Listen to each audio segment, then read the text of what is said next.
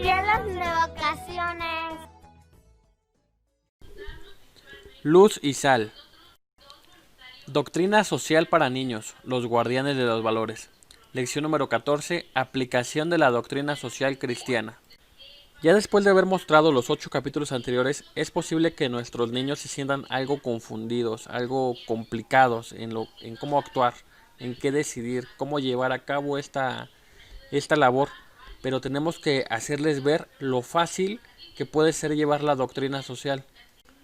Para ello tienen que usar el método de ver, juzgar y actuar, pero este método no solo lo deben de usar en la iglesia, en las cosas de la iglesia, en la cosa de semilleros de vocaciones.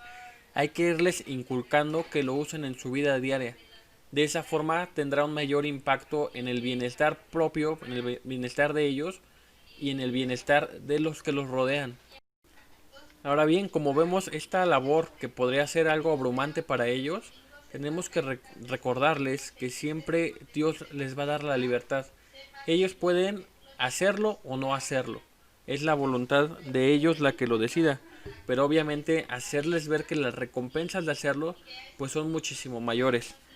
También que van a encontrar a muchos niños y muchas personas en general que no se van a preocupar por el bienestar de los demás, que se van a preocupar de una forma egoísta por lo propio. Pero que esta doctrina social católica no va a ser algo para que maduren pronto, para que ya se preocupen por las cosas del mundo tal cual, sino que sea para un beneficio propio, un beneficio para ellos y para los demás, para los que los rodean. Tenemos que dejar en claro, muy importante esto, que esta doctrina se use para el bienestar común. Y para ello se les entrega un ideal, la Madre Teresa de Calcuta, una persona que vivió por los más pobres y necesitados. Y de una manera muy importante enseñarles cómo el preocuparse por los demás te va a traer felicidad a ti. El ver por otra persona, da un bien también para ti.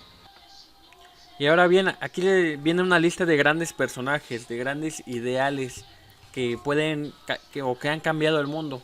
No solamente los santos, sino personas que tal vez ni siquiera sean de la religión. Tenemos que enseñarles que pues hay una gran variedad de personas que hacen el bien desinteresado. Pero dejarles en claro también que sus papás hacen un bien muy grande para ellos. Sus papás que tienen el trabajo, las cosas del hogar, pues a pesar de todo ello se siguen preocupando por los hijos y por su bienestar de los hijos, aunque tengan que hacer cosas que no les gustan. Y justamente esa visión de los padres va a tener que ayudarles a entender cómo funciona el mundo.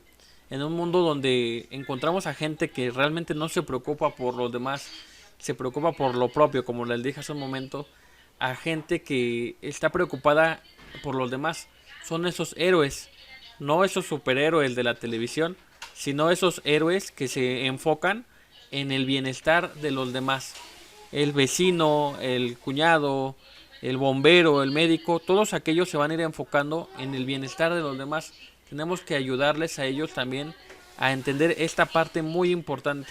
Ellos también pueden ser esos grandes héroes, como a ejemplo de Jesús en cuanto al servicio a las demás personas, un servicio por amor, un servicio desinteresado.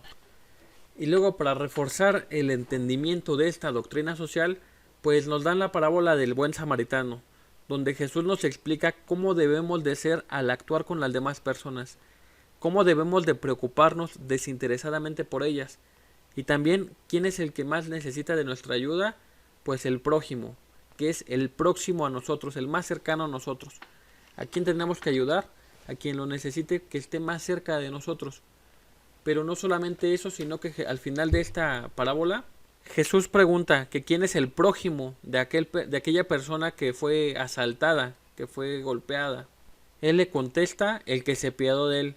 Y Jesús dice: ve y haz lo mismo. Estas palabras de Jesús nos tienen que dejar en claro que tenemos que actuar. No podemos quedarnos solamente en el pensamiento.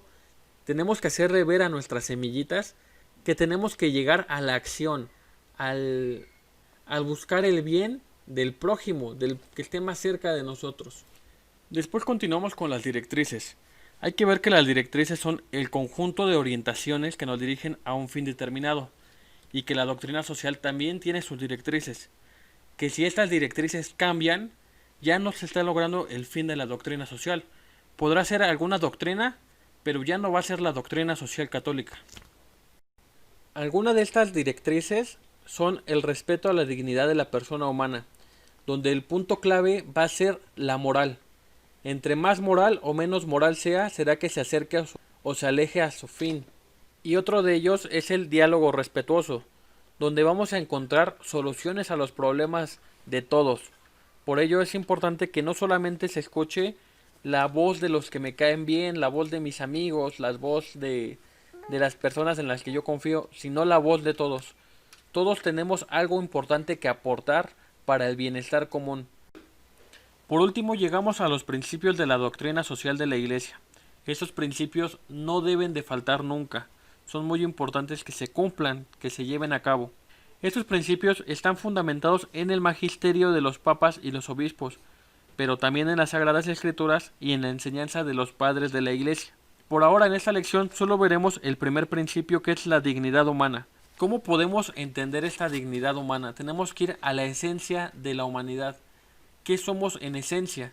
Partiendo de ahí podremos ser más fácil entender y poder explicar a nuestros niños, a nuestras semillitas, cómo se va a dar esta dignidad humana.